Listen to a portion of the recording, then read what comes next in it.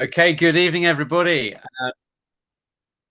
Excellent, indeed. Okay, good evening, everyone. Welcome to Thursday, a cold and windy day, to do some physics. So we're going to get into the first question. If you came early, you'll have already had a little look at this, and we're going to look at Stefan's law. So a few different things today, well, let's get to it. So what we've got is the radiation spectrum, the intensity.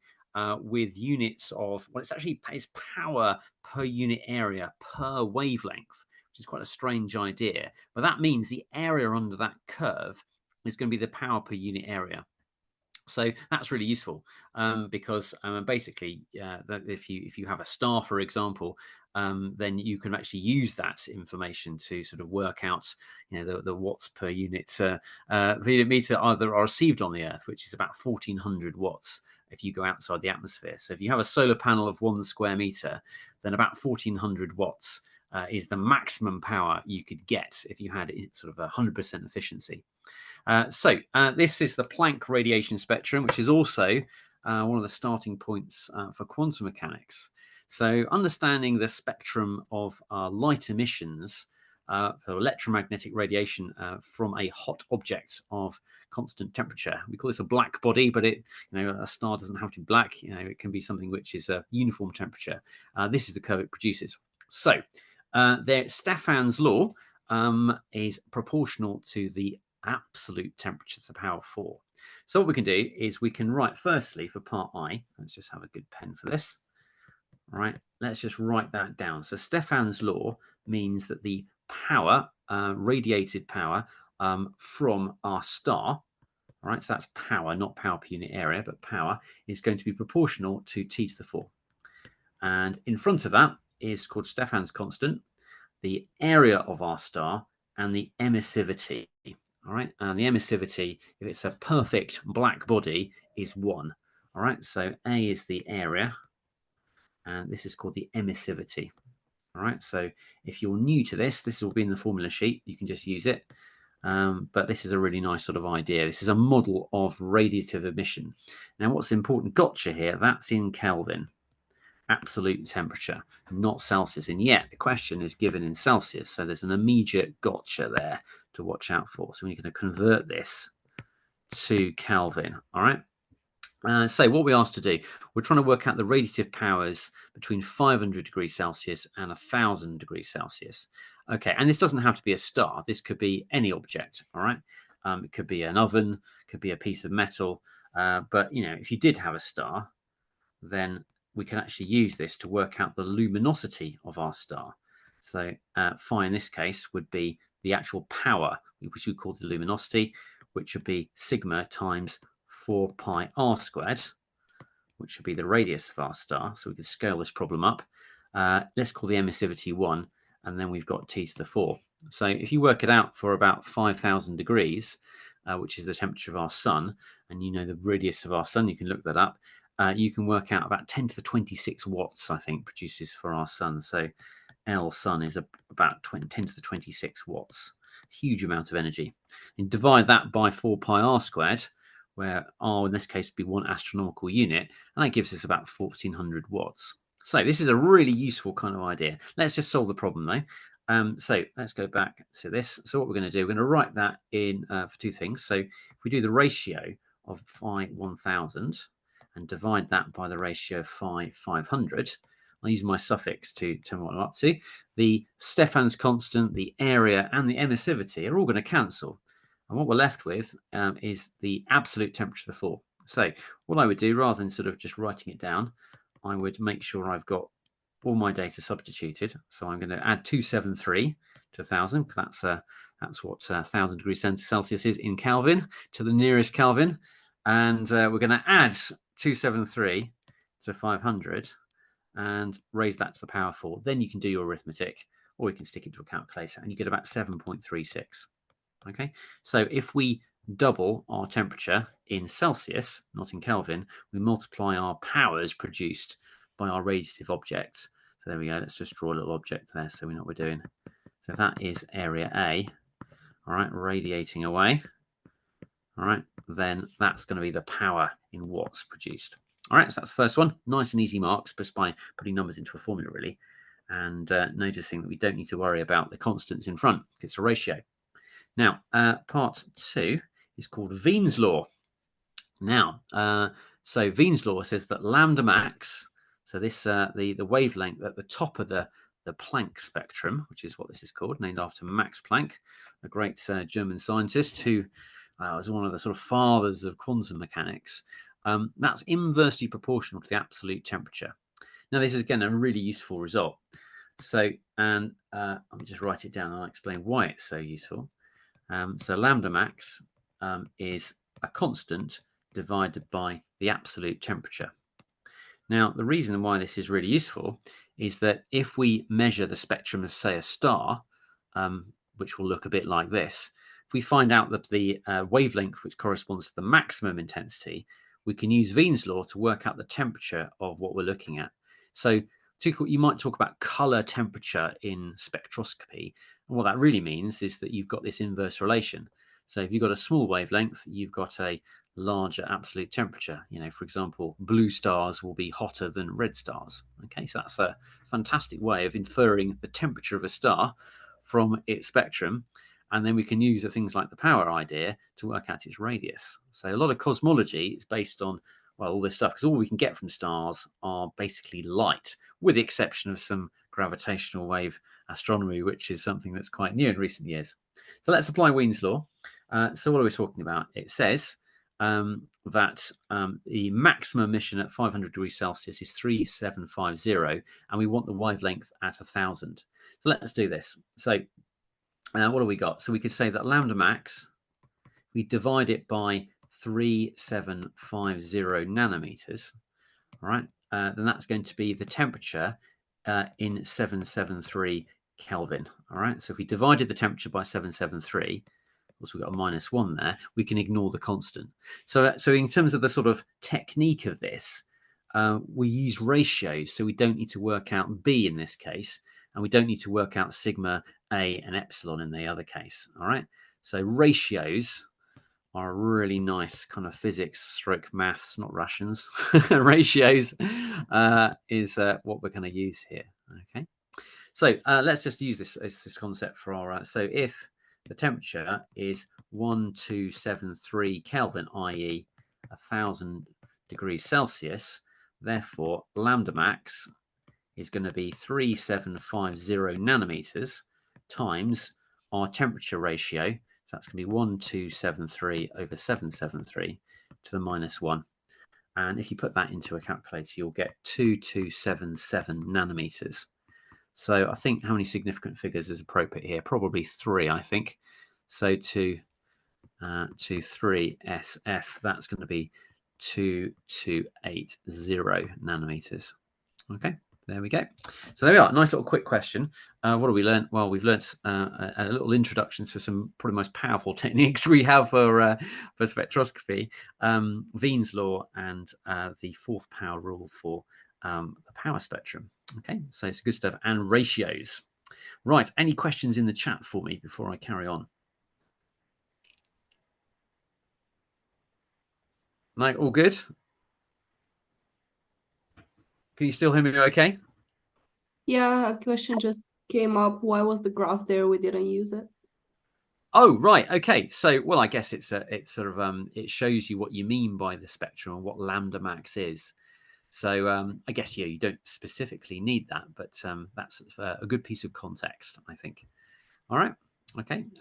So yeah, so you can see that lambda max is getting smaller as your temperature is getting hotter. All right. So if we had something that peaked in the blue spectrum, the lambda max will be even smaller. All right. So in this case, we've got it peaking in well, it's got several graphs actually.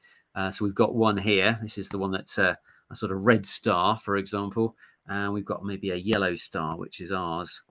Something in the middle there. Okay, although I think our star's more white, really, if you actually look at it. But the peak of the spectrum is roughly in the yellow. Okay, let's move on. So this is an amazing question, which our boss, Mr. Hughes, has worked out based on meteorites. So this is a completely different thing. I don't think we've done a question like this yet, and this is based on dimensional analysis. So let's go and read. There's a bit of blurb for this one, but this is super fun. So I'm just going to bring my notes up. So what we got? We've got a crater, right, produced on the Earth by meteorites. So the size of a crater with diameter d is dependent on the kinetic energy of the meteorite, the density of the rock, and the field strength of the Earth, or the sort of planet that the thing has crashed into. All right, because you've got to lift the rock out of the crater. So the idea is we're not saying, okay, we're going to apply Newton's second law or conservation of energy or momentum. It's not that kind of thing. We're saying, well, that process might be quite complicated. So how does the diameter depend on those other things? Because there's probably not anything else fundamentally it's going to depend on. It's going to be, you know, the rock will have a lot of kinetic energy. What properties of rock? Well, that will involving the density, and G is going to be important because, you know, the gravitational potential energy of the rock that sort of explodes out of the crater. So if E, rho, and G are the kind of only parameters, then what we can do is the simplest model will be, well, let's multiply them together to some powers. And the powers are such that the final answer has the right dimensions. It's because we know the dimensions of energy, density, and the strength of gravity. So therefore, we should be able to figure out what those powers are. And if we can sort of, you know, get some ground truth data here, then we've got a formula. So this is really powerful. So let's go and work it through. So by considering the dimensions of the quantities, you work out an expression for relating the diameter of the crater to E, rho, and G. So what we can do, and this is a nice example to use a bit of notation. So bracket D is M. You might call L for length, but that basically means find the units. So units are such a useful concept. Some of you may be rolling your eyes like, oh, why do we have to put units in? It's not just about how large things are or how small. They can actually give you the sense of the equation and the algebraic relationships between quantities. So let's then use this in anger. So the units of E, well, that's going to be the units of a half mv squared, right? That's kinetic energy. So we can work that through. So that's going to be a kilogram. The half doesn't matter for units. And we've got meters per second, ms to the minus 1 squared. So we've got kilograms, meters squared, s to the minus 2. All right. So there we go. What else have we got? Well, we've got density as well. So let's put that in. So our dimensions of density rho, that's going to be kilograms per cubic meter. Right, so let's put that together as an equation for the units. So if I say, what are the dimensions? That's what my bracket notation means, of E to the alpha, rho to the beta, G to the gamma. Well, I've got some products here. So all I need to do, I can use the sort of laws of indices to express that out. And I can literally do it algebraically. So let's do that. So what do we got? So we've got kilograms, meters squared, s to the minus 2. That's my energy. And let's do these in different colors just for fun.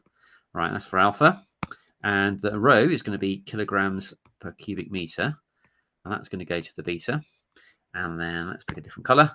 So G, well, we haven't done G yet. So that will be meters per second squared. All right, so ms to the minus 2. And that's going to be to the gamma. All right. So there we are. That's going to, I'll just put that there for the dimensions of G are meters per second squared because it's an acceleration.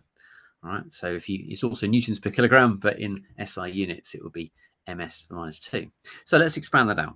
So what have we got? We've got a kilogram now what powers have we got? So kilograms, we've got alpha, we've got plus beta, and that's it. All right. What else have we got? So let's have a look at the powers of M. So we've got 2 alpha here. We've got a minus 3 beta for the green one. And then we've got a gamma for, for the last one. And then we've got time. What is that going to be? Well, we've got minus 2 alpha. And then we've got minus 2 gamma for the other one. Now, what is that equal to? Well, we're told that's equal to D, right? So K is dimensionless. So that must equal, in terms of units, M, all right? Because that is the units of D. So what we've got is actually 3 equations now, all right, that we can do equations in the powers of the unit. Because this must be true for any number of kilograms, meters, or seconds. So if we compare the powers, this is going to be our technique. So we compare the powers. Right, so let's look at m first for mass. And again, you could do L for length, m for mass, and t for time. So mLt, that's often I'm going to use kilograms, meters, and seconds. All right, but it's the same analysis. So meters, we'll do kilograms, and then we'll do seconds. So what do we got? Well, what's the power of m? Well, that's going to be 1, okay, because that's it. What do we got? We've got a 2 alpha minus 3 beta plus gamma. So 2 alpha minus 3 beta plus gamma. Right, let's call that equation 1. What about kilograms? Well, there is no power of kilograms on the left-hand side. So what do we got? 0 is going to be alpha plus beta. Let's call that equation 2. And we'll deal with those in a minute. We can immediately, hopefully, see we can simplify some of these things. The power of seconds on the left-hand side is 0. All right, and so that must be equal to minus 2 alpha minus 2 gamma. Right, let's call that equation 3. Now we're in maths land. So let's just see if we can find out what those powers are. Right, okay, well, number 2 says, so in number 2, well, alpha is minus beta, okay? So maybe it'd be nice to sort of have everything in terms of alpha. So therefore beta is minus alpha. That would be nice. In equation 3, what have we got? Well, we've got 2 gamma is 2 alpha. So therefore gamma is equal to alpha. All right. So therefore we can put those 2 results in equation 1 to solve for alpha. So in equation 1, what do we got? We've got 1 equals 2 alpha minus 3 beta. Now beta is minus alpha, so that's minus 3 minus alpha. And gamma is going to be alpha. All right, how many alphas we got? Let's find out. So we've got 2 plus 3 and a 4th one. All right, so we should have, so that should be 6, I think. Is that right? So what do we got? So 3, 5, 6. So 6 alpha. So I reckon that I've made a mistake somewhere. Oh, no. Hang on a minute. What have I done? What have I done here? Let's have a look. I've got, is there a minus sign? Gamma should be minus alpha. There we go. Let's have a look. Minus alpha. Oh, yes, so we are. Thank you very much. Good. Yes, there we are. It's been a long day. There we are. Brilliant. So, yeah, that's right. So, gamma is minus alpha. Thank you very much. And so if we put that into this one, we've got a minus alpha here. That's good. So we should have 1 is 4 alpha. Brilliant. And there we go. So a quarter, let's write that properly. 1 divided by 4 is going to be alpha. Brilliant. Right, now we can back substitute to find the others. So therefore, beta is going to be minus a quarter. And therefore, gamma is going to be also minus a quarter. Right, let's put that all together. So what have we said? I think what I'll do is I'll... can someone tell me, is this too small to see? I can zoom in if you want. Looks all right. Okay, I'll try and make it as big as I can. All right, so let's work this through. So what we've got is D is K times, what have we said? Right, so e to the alpha, oops, sorry, e to the alpha, rho to the beta, g to the gamma, and now let's put in our numbers. So therefore D is K, so alpha is going to be a quarter. So they're all to a quarter, right? But the others are negatives. So we can write E equals rho G to the power of a quarter, like so. And there we go. As if by magic, we've now got a formula. Amazing, isn't it? So that's the first part. Right, part 2. We're now going to use it. And we're told that K is approximately 1. And it's dimensionless. It must be dimensionless because all the other bits have got the dimensions to it. All right. So the Barringer crater, I think this is how you spell it. Is that right? B-A-R-R. Yes, that's B-A-R-R-I-N-G-E-R. I think there's an interesting story about the Barringer crater and some entrepreneurialism. Go and Google it. But it's a huge crater in America. So there we are. So let's have a look. What's going to happen? Well, here's our meteorite coming in at enormous speed. Here's the ground. All right, and this is some massive explosion. All right, and the sort of ground is all disturbed, and then we're left with this crater, all right, of diameter d. Okay, so there we go. That's what happens. All right, so let's go and use this. So what we're trying to find out is the mass of the meteorite.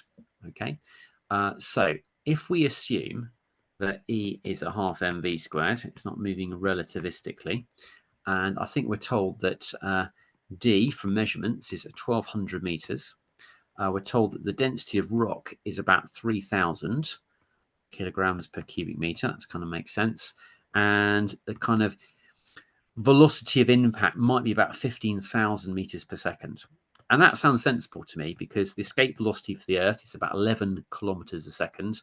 We're going around the sun about 30 kilometers a second. So 1,500 meters per second, sorry, 15,000 meters per second sounds like a pretty sensible measure. All right. So if we use our formula, we can rearrange that to find the mass. So D is going to be, let's call, well, we've got K as 1. Let's use that as 1. So if we do D to the power 4, it's going to be a half mv squared, right, over rho g. All right, I'm just using the formula that I've derived before. And I just want the mass from that. So that's nice and easy. So 2d to the 4 rho g divided by v squared is going to be my mass. There we go. Right, let's just go and stick in some numbers that we've got and see what happens. So therefore, the mass, of course, this will work for any impact crater. So if you dropped a ball bearing into some sand or something like this, you could use the same idea to work out the mass of the ball bearing, or perhaps the other way, you could predict D from this equation. So there's lots of ways you could do this. Could be a really fun little project. I probably wouldn't recommend projecting your ball bearing at 15,000 meters per second. Now, your school teachers might be a bit annoyed about that. Anyway, let's work out the mass for this meteorite. So what do we got? We've got 2 times 1200 to the power 4 times 3000. Oops, not 30,000. It's 3000 times 9.81. So let's have G being that locally for Earth. All right, and then we're going to divide that by our estimated velocity squared. So 15,000 squared, and that's going to be in kilograms. And if you work that out, I make that 5.42 times 10 to the 8 kilograms. All right, which is quite a lot. So, but what does that really mean? How can we visualize that? And probably the best thing to do, which is what the question asks you, we just go back to the question here. Question says, yes, we've done part 1, we've done part 2, and if it's made of iron, what's its diameter? Okay, so how big was this impactor? And in fact, what is the ratio between that and the diameter of my crater? So let's work this out. So what we can talk about is we can say, well, for part 3, if we've got a spherical meteorite, let's call that radius r here. Okay, so what have we got? We've got the mass is going to be 4/3 pi r cubed, the volume, times the density of our rock. And I'm going to use rho m for our meteor. I think in the question it says it's 8,000. I think that's right. Yeah, there we go. That's the density of the meteor. So don't use the same density as before. So we'll give it a different symbol. All right, so let's put that. So rho m is 8,000 kilograms per cubic meter. All right, so we've already worked out the mass. So let's just rearrange that. So let's do that. So 3m divided by 4 pi rho m, cube root that, and we've got the radius. Okay, and the diameter, of course, is twice that. So what do we got? So 2r is going to be 2. I might as well put it as a power rather than a cube root. 4 pi rho m, and that's the power of 1/3. So if you put in the numbers, we've got 3 times 5.42. My screen keeps doing this. So try that again. 5.42 times 10 to the 8. I'm going to divide that by 4 pi times 8,000, which is our density of our meteorite, to the power of 1/3. Let's check we've got all our bits in there. That's the diameter. And if you pop some numbers into your calculators, we should get something like 51 meters approximately. All right, so that's quite an interesting ratio. I suppose you could do it algebraically. You could work out that you could sort of plug it all in. So let's quickly do that, shall we? That might be fun. So what do we got? We've got m is 2d to the 4 rho g on v squared. And we've got 2r, which is 3m over 4 pi rho m. And that's the power of a third. You could put one into the other, and then you could work out the diameter. You could work out the diameter of our object in terms of the diameter of the crater, or vice versa. All right, so you could combine these equations. That might be a really nice little project. Anyway, that's a pretty cool question. Have we got any questions that might pop out for this? Not at the moment. No. Excellent. So yeah, so immediately you're going to be finding a sandpit and dropping things into it, I hope. That'll be a great thing to do for half term. Right, okay, so let's do something totally different. Right, I'm going to look at L, which is a question about a diffraction grating. LM, there we go. Right, so for diffraction grating, if you've never seen this before, I have a little link which might be nice for some basic notes. So if I go out of this and go to my website, so this is called the Eclecticon, and you can go to physics, and I'll give you the direct link. If you go to notes and to waves and optics, so I'll put that in sort of, if you want to make a screenshot of this or jot this down, I'll put the, actually I'll put that in the chat. That might be a good idea. Can I do that? Let's have a look. Oh, we don't want to see the Grand Trigonometrical Survey of India, although that is rather interesting. Now, where am I? Round one training. There we go. So I'm going to put that into the chat. And if you want to get some things on waves, it's there. Now, that's also the page for the papers. So if this is your first session of BPhO, then I'll also put that in the chat. That might already be there. You can download the things I'm working on and indeed my solutions if you want to have a go yourself, which I would certainly recommend. Right, so if we have a look at saying diffraction essentials. So if you're doing an A-level course, this is the kind of thing you're going to do. And let's just look at this picture. So I took this in our lab. What we've got is a laser beam. Let's make that a bit bigger. There we go. So a laser beam, this is the laser source, and it's going through something called a diffraction grating. So this is where you've got a piece of film and lines are ruled sort of etched into this, so only a few wavelengths apart. And you might have so many lines per millimeter, about 100 to 600 lines per millimeter are sort of typical. And depending on that sort of spacing between the lines, so the number of lines per millimeter, also affects the kind of fan of beams that you get. So a diffraction grating, that will be a source of secondary waves, and they will all interfere with each other to give you this sort of fan of beams. And you might sort of seen this if you've done this in your science labs with some spots on the wall. But if you can get your hands on a smoke machine, you can actually see the beams themselves. That's rather an exciting thing to do, but please don't set your fire alarms off doing it. Use something like glycerol, not actual smoke, please. Right, okay, so let's go back and let's do this little problem. So this is a nice paradigm example. So we've got a narrow beam of monochromatic light. All right, so that means one type of wavelength. And it's going to go through a diffraction grating of a very large number of lines per meter, more than we sort of use in our labs. 3 spots are observed on a screen 80 centimeters away. And the outer spots are 30 centimeters away from the central spot. Determine the wavelength of the light used. So a variant on this is, I think, one of the classic A-level practicals that most of you will have to do. So if you're thinking, oh, great, I'm going to be doing this soon, this might help you out. So firstly, let's draw a picture. So here's our diffraction grating. Again, not to scale, lots of lines drawn. And we've got some laser light of wavelength lambda. So let's label this. And let's see if we can get all the information in the question into a picture. So that's going to be boresight, the sort of straight line direction. And let's say we've got a screen, and I think I'll do it sort of this way. There we are. All right, so what we've got is we've got this sort of fan of beams. There we go. So if we get our smoke machine out, we get our laser beams looking like this.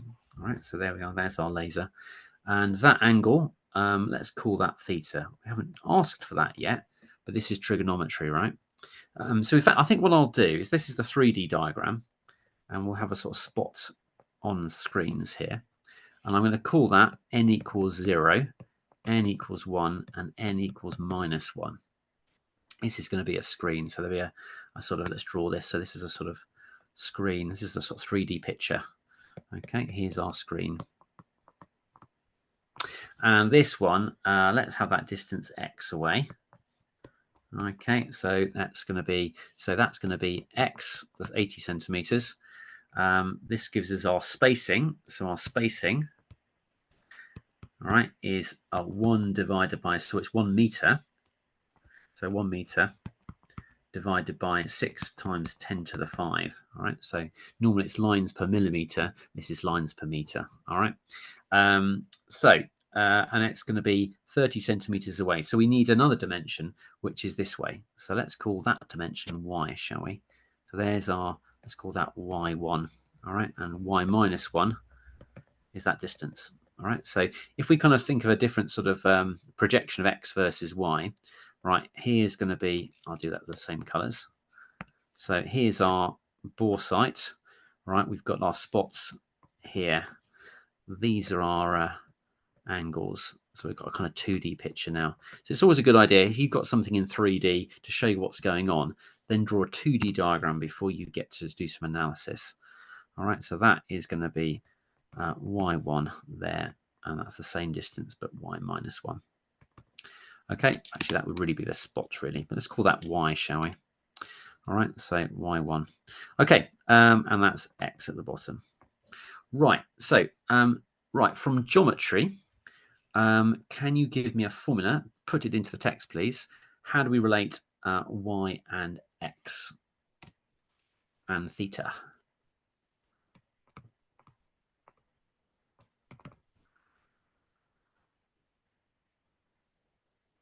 What do we reckon, Nina? Yeah, we're getting tan theta equals y over x. Fantastic. So y is x tan theta. So why are we doing this? Well, basically, you want to try and represent and relate all the quantities that we've got. All right. And hopefully, when we've got enough relationships all written out, then lambda we can determine in terms of the others. All right. So don't try and write down lambda equals. We've got our diagram. So we've got a geometrical relationship first. What else are we going to do? Well, now we need to actually look at what happens for diffraction gratings. So if we were to zoom in, right, zoom in, what you would see is essentially this. Here's my grating, and I've got some gaps here. So let's call that spacing S. So 1 divided by 6 times 10 to the 5 meters. Now S is going to be this. All right, that's my spacing. So this is another classic diagram that you need to actually get your head around if you want to understand diffraction. And there's not much to it beyond this. So we are going to be in the far field. So let's see. I'll put a little eye here, but that's basically where the spots are. So what we see is that we've got spherical waves produced at these gaps. It's diffraction. But if we're in the far field, that means we can assume that these rays are planar. All right, so a suitable number of wavelengths away from our grating, so that the wave fronts look like this. Okay, right, coming towards us. Now, if we look at the angle here, because that's the same angle as theta, there's theta 2. All right, what we can draw is a little triangle which relates those things. Okay, so that angle is also theta. Right, just eyeball that. So if you think about it, that's theta. So that angle there I've just drawn is 90 minus theta. This is a triangle, so the other one must be theta. So what we can look at is the distance, right, that one is ahead of the other. We call this the path difference. So that path difference is going to be S sine theta. Right, I'll make that triangle really huge so you can kind of see if you're not convinced by that. So that's S. Whoops. Here's my theta. There's my right angle. And there we go. What we want is this is our path difference. So that's going to be S sine theta. All right. So if that we get constructive interference, in other words, we've got these little fans going on here, that means the path difference must be a whole number of wavelengths. So your fundamental equation for diffraction, for constructive interference,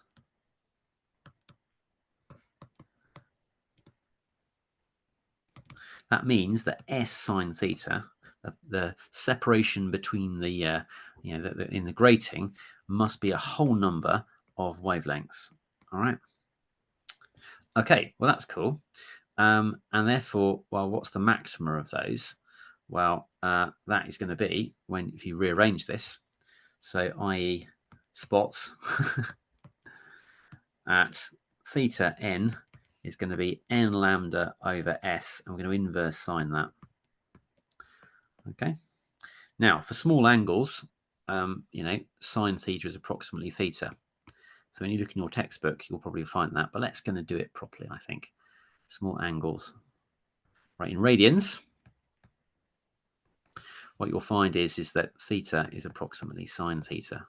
So therefore, you can find your angle. It's going to be, n lambda over s. But let's use our inverse sine. Let's do it with precision. So we know our slit spacing, and we can work out theta from our tan experiment. So y divided by x inverse tand, right, is theta. So if you put that all together, we should be able to find the wavelength. So what do we want? So we want lambda is s sine divided by sine. So our theta is going to be inverse tan of y over x. Okay, there we go. So we'll do this with most precision. There's our sine, and we're going to divide that by n. Okay, so that you put together both the geometry and our constructive interference will give us our wavelength in terms of y, x, n, and s. So let's put the numbers in. All right, so n is equal to 1. It's the first spot. What have we got? So let's work that. Let's do the inverse tan. Well, I just put the numbers in, I think. So what do we got? So lambda, we also had s is 1 divided by 6 times 10 to the 5 meters. And I think that's it, isn't it? So lambda is going to be 1 over 6 times 10 to the minus 5. We're going to times the sine of inverse tan of y, which we said was, what was y? That was going to be 30 centimeters. So 30. And it doesn't matter the units are centimeters, because we're going to divide it by x in centimeters, which I think is 80. All right. Incidentally, that angle there is 20.56 degrees. So it's not a nice, nice number. That's in meters. All right. So if you work that through, what you'll get is about 5.85 times 10 to the minus 7 meters, which is approximately 585 nanometers. All right. So we got kind of a, right, I think that's that green. No, it's more reddy, isn't it? So, well, there we are, sort of in the middle of the visible spectrum. Okay, there we go. Anyone got any questions before we carry on? No, all good. Fantastic. Right. Okay, so there's a couple of examples I've got on my list. We probably ought to do a circuits one. So I've got two I thought about. There's J and there's I.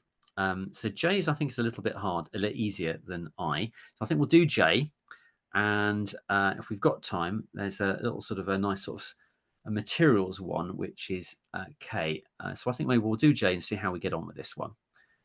Let's have a look. So we've got some resistor networks. So a nice, some of the, you want to pick these carefully, but yeah, a lot of these are often very nice questions to do if you know the rules for combining resistances. So firstly, how do we add resistors in parallel? Answers on the chat, please.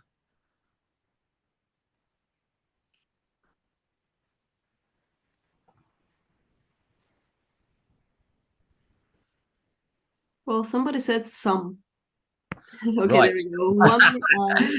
One over R equals 1 over R1 plus 1 over R2. There we go. Right. So if they're in parallel, we sum resistors in reciprocals. But if they're in series, we just add them. Okay, and that's a really nice little proof for that, but I'm not going to do that today. But definitely try and convince your friends and yourselves that that's indeed the case. So RAB, okay, in this one. So what we're doing, we've got this divided expression for R3 in terms of R1 and R2 if the equivalent resistance is equal to R1. Well, that's interesting. So RAB, let's do that first. So that's going to be 1 over R1 plus 1 over R2. And then we're going to add R3 to that. Okay, so there we go. So if RAB equals R1, then we've got a little equation to solve. It's a bit of algebra.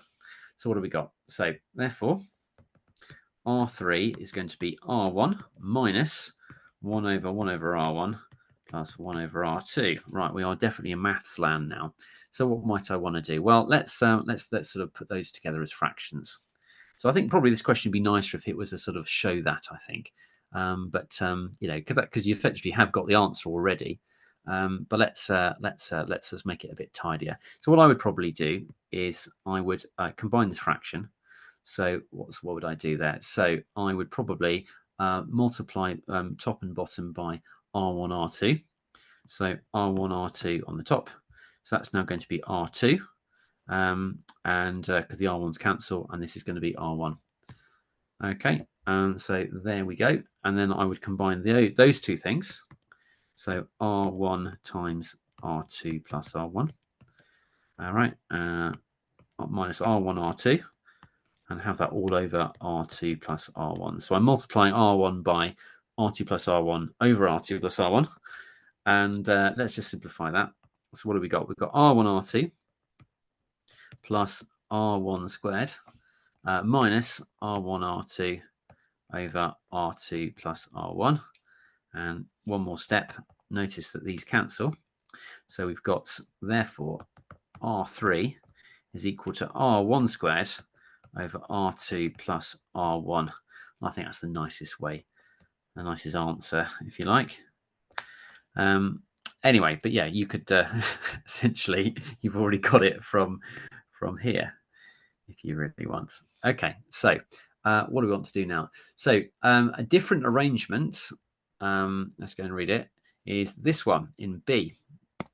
So again, we're going to try and work out that RAB is R1. And now we're given a ratio. So what's the ratio of the other ones? So actually, this is a nice little maths problem, really. There's only a little bit of physics really in this. So let's give that a go. So that's actually part A. Okay, so part B. Right, let's work this out. So we've got R1 and R2 in series in parallel with the other one. So let's write that down. So AB is going to be 1 over. So 1 divided by the 1 over R3 plus 1 over R1 plus R2. There we go. So that's the physics done. And we're told that RAB is R1. So therefore, if RAB is equal to R1, let's put that together now. So R1 equals, and let's sort of multiply these through a little bit. So what might I do for this one? Well, I might actually look at the reciprocals. That might be a bit more fun to sort of combine them first. So if I do 1 over R1 is equal to 1 over R3 plus 1 over R1 plus R2.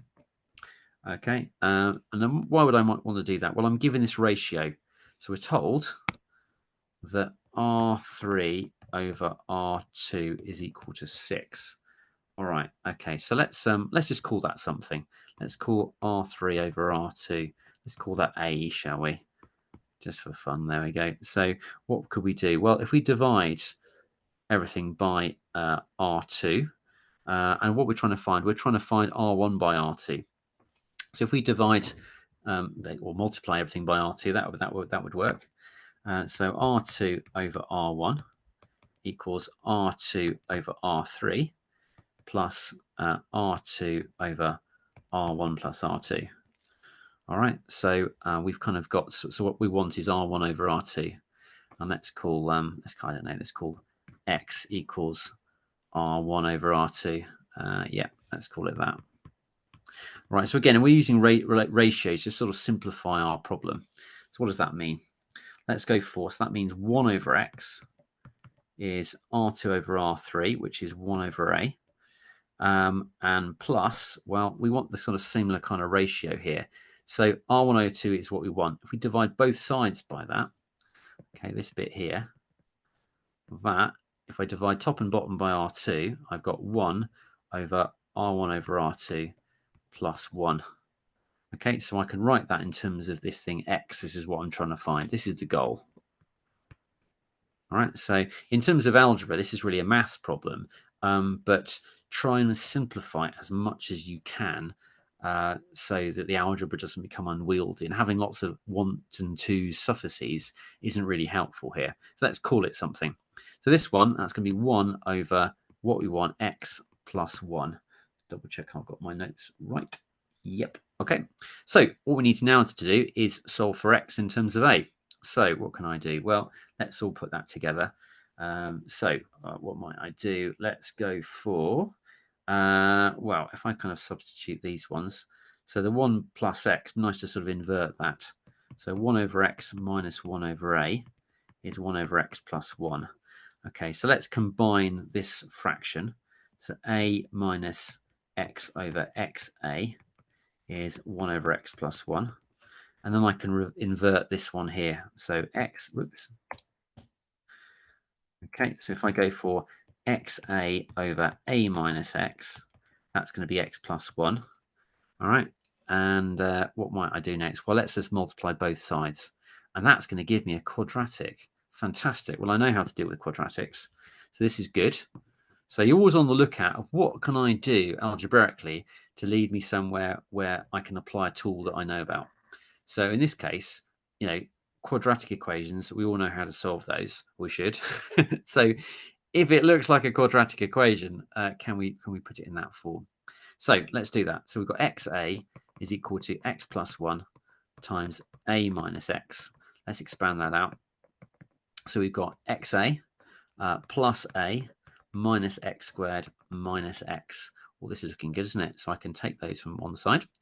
And I've got X squared on one side plus X minus A equals 0. Check, yeah, that's what my notes say as well. Brilliant. And of course, the best method for quadratic equations is completing the square.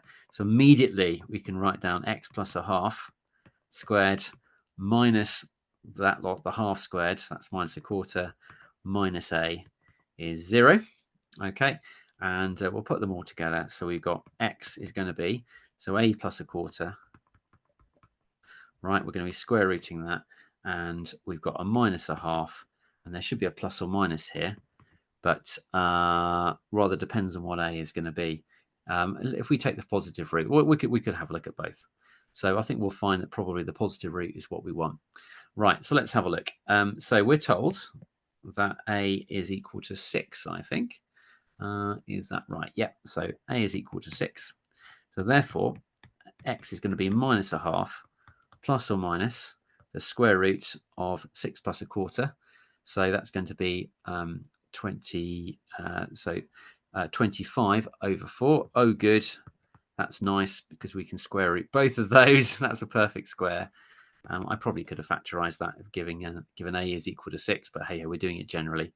So that's going to be minus a half plus or minus 5 over 2. All right, so therefore we can't have the negative root. So X is going to be bigger than 0, so therefore positive root.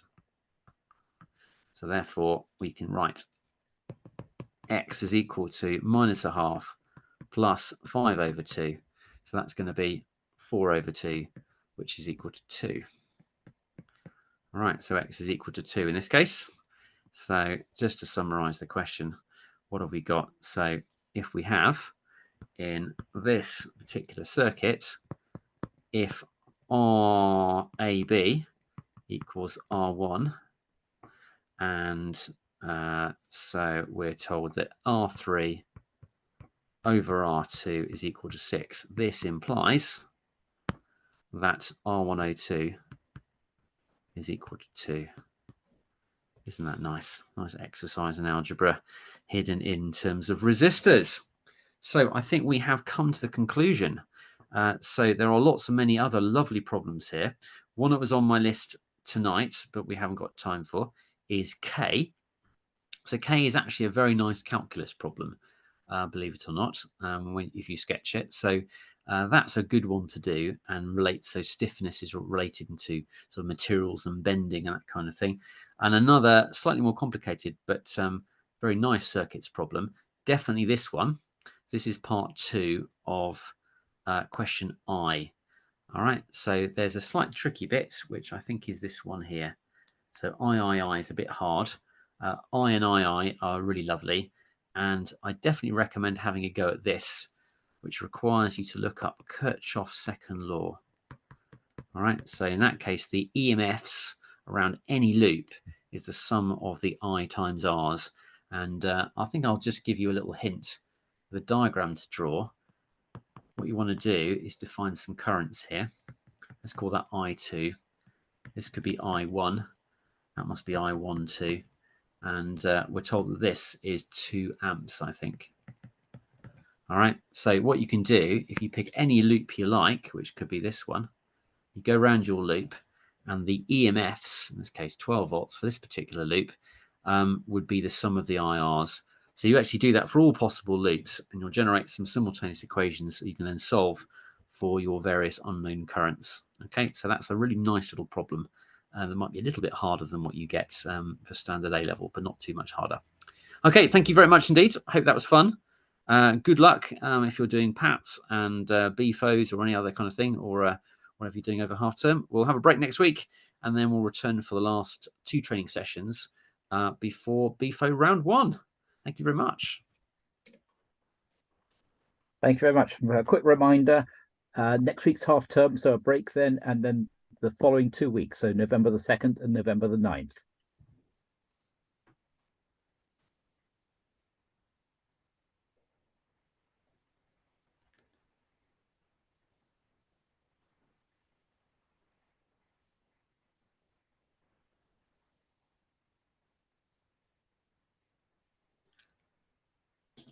And do try out the dropping objects into a sandpit problem. See if it works.